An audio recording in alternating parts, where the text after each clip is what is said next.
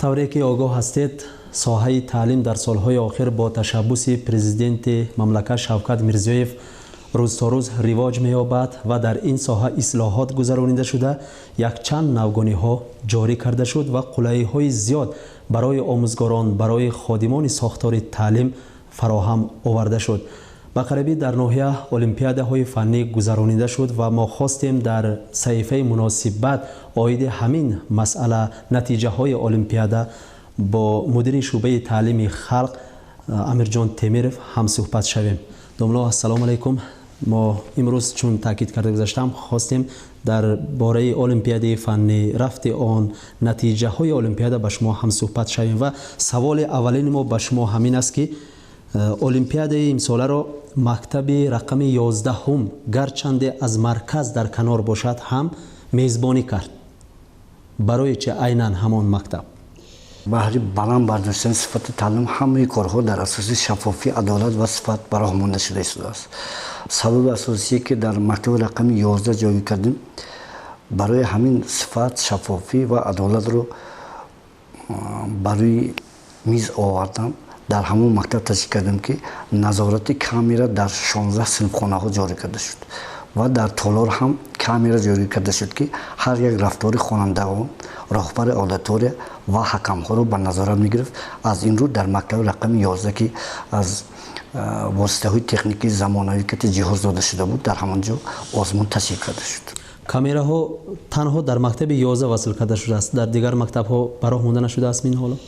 дар тамоми мактабҳои ноҳия мо ва маркази авлоди баркамол ва шӯъбаи таълим 4 донагӣ камераҳо ҷойгириш карда шудааст, вале дар мактаби рақами 11 аз сабаби он ки даромади хоҷагӣ ёрасон нисбати дигар мактабҳо хеле зиёд аст ва ба маъмурияти мактаб сипориш додем ки дар ҳамаи синфхонаҳо 16 та камера гузоранд ва аз кӯчаи асосӣ ки ба мактаб хонандаҳоам дохил мешавад, директори мактаб дар кабинети корӣ омадани хонандагон ва омӯзгорон, падару модарон, меҳмонони мактабро низ назорат мекунанд. аз ин рӯ ҳамаи мактабҳои ноҳия пурра ба ҷиҳози техникӣ ора дода шудааст.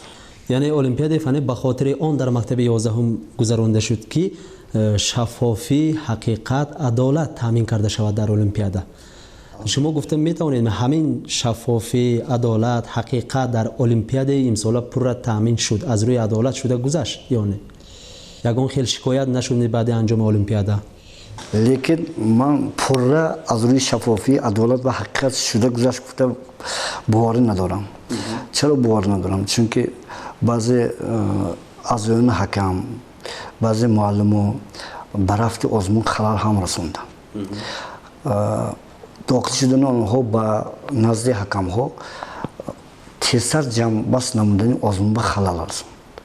лекин барои он ки шаффофӣ шавад, ҳам роҳбари аудитория ва пас аз он ки ба ҳамаи тестҳо калидро аъзоёни ҳакам гузоштанд, ходимони шӯъбаи таълим тести хонандагонро санҷиданд. дар натиҷа маълум шуд ки дар ноҳияи мо фақат 40 нафар хонандагон ба зинаи вилоятӣ роҳат гирифтанд. асосан аз кадом мактабҳо? яъне ман гуфтаниам ки дар ҳамин ҷо сатҳи баланд доштани дониши хонандагони мактабҳо муайян карда мешавад. албатта дар олимпиада имрӯз кадом мактаб пешдастӣ кард? кадом мактаб нисбати дигар мактабҳои ноҳия пешқадамтар аст хонандагонаш? мактаби рақами 1, мактаби рақами 2, 3, 4, 7, 11, 19, 21, 25, 26 ва мактаби иқтидорноки рақами 1 ва 3 нисбати дигар мактабҳо хонандагонро ба давраи дуюми озмун тайёр карданашон баръало намоён шуд. вале афсӯс ки баъзе мактабҳо 1 нафар ҳам хонандаҳо ба зинаи вилоятӣ набаронданд. ба ин гуна мактаби рақами 6, 10, 12, 13, 15, 16, 17, 18, 20 ва 23 1 нафарам барои вилоят набаромад. сабаб дар чист? сабаб дар он аст ки дар баъзе мактабҳо дарсҳои иловагӣ, бо дигар сухан гӯем, репертуорӣ ташкил карда нашуд.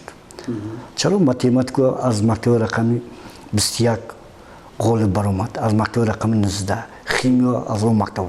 зеро ман дар вақти таътил ҳам ки рафтам дар он мактабҳо муаллимон бо хонандагон дарси иловагӣ бо дигар сухан гӯем репертуарӣ ташкил намуданд. аз инро дар ин мактабҳо аз математика, химия ба зиннаи вилоятӣ баромаданд. аз муассисаҳои таълимии ноҳия чун гуфте 40 нафар хонандагон ба зинаи вилоятӣ рохат гирифтанд. ин аз чанд нафар хонандагон умуман дар олимпиада чанд нафар иштирок карданд? дар олимпиади давраи ноҳиявӣ 996 нафар хонандагон ба реҷа гирифта шуда буданд. аз ҳамин 996 нафар хонандагон ҳамашон дар давраи дуюм иштирок карданд. албатта ҳар як хонанда мақсад дошт ки ғолиб шавад. лекин барои ғолиб шудан мо ба вилоят он хонандагоне ки 76 холро ба даст меоварданд ҳамонҳоро баровардем. агар 16 фан дар синфи нӯҳум гӯем, агар 16 фан ба ҷоҳи якум, дуюм, сеюма гирифтагӣ, яъне аз 76 хол болоя мо ба вилоят баровардан мекунем. афсус ки дар синфи нӯҳум 12 нафар хонандагон аз 76 хол баланд хол ҷамъ намуданд. дар синфи даҳум 13 нафар ва дар синфи 11 15 нафар хонандагон ҳамин 76 холро гирифтанду халос. нисбати олимпиадаи фаннии соли гузашта олимпиадаи имсола чӣ хел тафовут дорад ва умуман дар олимпиадаи имсола ба муваффақиятҳо ноил гардидаанд? албатта нисбати соли гузашта озмун бо усули нав гузаронда шуд. якум назорати камеравӣ, дуюм роҳбари аудитория синфҳо аз шӯъбаи таълим таъин карда шуданд. сеюм ҳар як аъзоёни ҳакам ба тест саволҳо ҷавоби туриро дархост карданд. пас аз дархости онҳо боз ходимони шӯъбаи таълим тести хонандагонро санҷида ба он холро гузоштанд ки дар натиҷа апеллясия шуд, норозигиам шуд. вале афсус ки он хонандаҳое ки ба апеллясия арза навиштанд дар аризаи худ бо забони тоҷикӣ навиштагӣ хатогӯҳе содир намуданд ки вай бахшида нашавандааст. аз ин рӯ ман фақат аризаи онҳоро дида ба худи хонанда ба қалами сурх камбудиҳо онҳоро низ нишон додам. чунки аз ин бармеояд ки кор бо ҳуҷҷатҳои расмӣ дар мактабҳо нағз ба роҳ монда нашудааст. боз якчанд саволҳои аз мавзӯъ берун дорем. ман ба шумо хостам оиди масъалаи обуна камтар саволу ҷавоб кунам. умуман обуна чӣ хел аст? имрӯз ихтиёрӣ ҳаст, маҷбурӣ ҳаст ё не умуман дар шӯъбаи таълими халқӣ муносибат ба ҳамин масъалаи обунаҳои рӯзнома чӣ хел аст? имсол чуноне ки дар ҳамаи муассисаҳои таълимии республикамон ихтиёрӣ ба рӯзномаҳо аъзо шудан ба роҳ монда шуд. аз он ҷумла дар муассисаҳои таълимӣ мо низ ҳар як он шахсе ки ба ин ё он газети дилхоҳи худ аъзо шудан буданд марҳамат ба ҳамон газетаҳо худашон обуна шуданд. аз он ҷумла ман шахсан худам ба газетаи маърифат, чунки ин ҳамаи навгариҳое ки дар соҳаи таълим мешавад ба ҳамин газетаҳо шуд 216 000 барои солона ман обуна шудам, чунки навигарии соҳаи таълимро барои ба мактабҳо дар ҳамон чоп мешавад. аз ин рӯ ба ин газета обуна шудам. ба ғайр аз ин ба овози тоҷик, садои сух ҳам барбир шумо дар ин хусус савол медодед. овози тоҷик ва садои сух ҳам худи мактаб муаллимон озодона худашон обуна шуданд ба таври ихтиёрӣ. мо ягон каса маҷбур кардагимон нест, чунки дар ин ҷода нишондодҳои вазорати таълими халқӣ ҳам мавҷуд аст ки ҳар як кас бо таври ихтиёрӣ бо рӯзномаи дилхоҳаш аъзо шавад. воқеан рӯз то рӯз чун дар боло зикр карда гузаштем эътибор ба соҳаи таълим меафзояд. тавре ки президенти мамлакат таъкид намуд, рушди мамлакат пеш аз ҳама ба рушди соҳаи таълим вобастагии қавӣ дорад.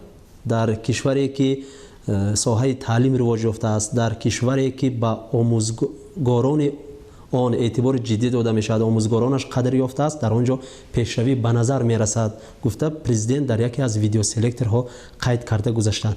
дар соли 2019 дар соҳаи таълим чӣ хел навгониҳо ба амал омад, чӣ хел навгониҳо ҷорӣ карда шуд? дар соли нави 2019 яке аз дастовардҳои нави вазори таълими халқии республикаи ӯзбекистон ин ҷорӣ намудани кӯзатув кенгаш шӯрои назоратӣ мувофиқи фармони вазори таълими халқии республикаи ӯзбекистон аз 26 декабри соли 2018 дар ҳамаи мактабҳои ноҳия назорат кенгашӣ ҷорӣ шуд. яъне ин шӯрои назоратӣ جاری کرده برای مانده می شود. در همه مکتب ها از 7 تا 13 نفر اعضایان انتخاب کرده می شود. شما سوال دارید ممکن این خود کیها انتخاب می شود یا که اعضا می شود. در همه مکتب ها ما علاقه امروز در 3 تا مکتب گذراندیم. در مکتب رقم 9 13 14 عبارت از 7 نفری گروهی کاری تشکیل کرده شد. مقصد اساسی 2 نفر از پدر مادران، 2 نفر از ختم کنندگان مکتب که در این یا ساحه گوناگون ناحیه کار میبرند، 2 نفر از حامیان که به مکتب حامی میکنند و 1 نفر پداگوگی تجربه‌ناک، 7 نفر عبارت نظارت کنگش به کوزاتوب کنگش به انتخاب کرده شد. یعنی گروه نظارت انتخاب کرده شد. در وقت لازمی چون که در نظام عبارت از 3-4 بند نشان داده شده است، در 1 ماه 1 مرتبه حسابات دیرکتوران مکتب میشوند. یا اینکه اکنون در آینده فقط با همکاری با این گروه دیرکتور مکتب ها به کار مانده می شود. این برای نظارت، برای شفافی، عدالت هنگام تعیین کردن دیرکتورها یکی از اصلاحات های اساسی در مکتب ها. من از سال گذشته یک چند مکتب ها در ناحیه ریکنستروکسیا کرده شدند، تعمیر کرده شدند، با اسباب های زمانوی خانه جهازانیده شدند. در سال 2019 هم تعمیر کدام مکتب ها به نظر گرفته شده است در ناحیه؟ درست میگه. در اساسی دستور اینوستیسیونی در دوره یکم مکتب رقم 4 و 11 با ساختن بینای علاوگی، مکتب رقم 13 با تعمیر مکملی داخل کرده شد و دوره دوم با باز 7 نفر دیگر مکتب است. حجت های آنها نیز رسمی کرده شده است. البته تصدیق شود برای مکتب ها هم تا سال خانش نو از تعمیر مکملی برآورده می شود در اساسی دستور آباد قشلاق. سرور دولت در یکی از ویدیو سلکتورها درباره ساحه تعلیم سخن کرده همین چیز را علاوه قید کرده گذاشت که در سینفخانه مکتب‌های ازبکستان شماره خوانندگان بسیار است. آنها را کم کردن لازم است برای آنکه صفت تعلیم و تربیت را بلند بردارد. البته این چیز در ناحیه سوخ امکانی کم کردن نیست، چون که سینفخانه‌ها نمیرسند. در اکثریت مکتب‌ها و در اکثر مکتب‌ها در 2 سمینه به درس میآیند، خوانندگان درس میخوانند و در وقت سمین دوم وقتی که به آخر میرسد علک اطراف را ظلمت فرا میگیرد و این البته یک درد است، یک مشکلی پدر و مادران است امروز که از همین مسئله بسیار شکایت دارند. شعبه تعلیم خلقی دایر به همین مسئله چه خیل نظر دارد، چه خیل چاره ها اندیشیده است؟ با وزارت تعلیم خلقی ریسپوبلیک ازبکستان با صدارت تعلیم خلقی ولایت همکاری هست که همه کمبوده ها مؤسسه های تعلیمی من روز گذشته وزارت تعلیم خلقی ریسپوبلیک ازبکستان با تلگرام های همه مدرها عبارت از 3-4 بند سوال های پرسیدند که در همون سوال ها همین عیناً فکرهایی که شما بیان کردید همه ما روی کاغذ غلطونده تا سنه 20 با وزارت تعلیم خلقی صدارت تعلیم خلقی ولایت میپرتیم و آنها بهره ایجابی حل کردن همه این مسئله ها یاری عمل میرسانند. البته رحمت برای صحبت پرمضمونتان. امید داریم که از صحبت شما من شخصان دخلدار خلاصه های ضروری برآوردند و ما باز با شما درباره دیگر مسئله های ساحه تعلیم در برنامه های آینده البته هم صحبت می شود. این بود بینندگان عزیز برنامه مناسبت تلویزیونی سوخ و چون گفتیم البته شما از این صحبت ما غذای معنوی گرفتید و خلاصه های ضروری برآوردید. برنامه های تلویزیونی سوخ دوام دارد، ما را ترک نکنید.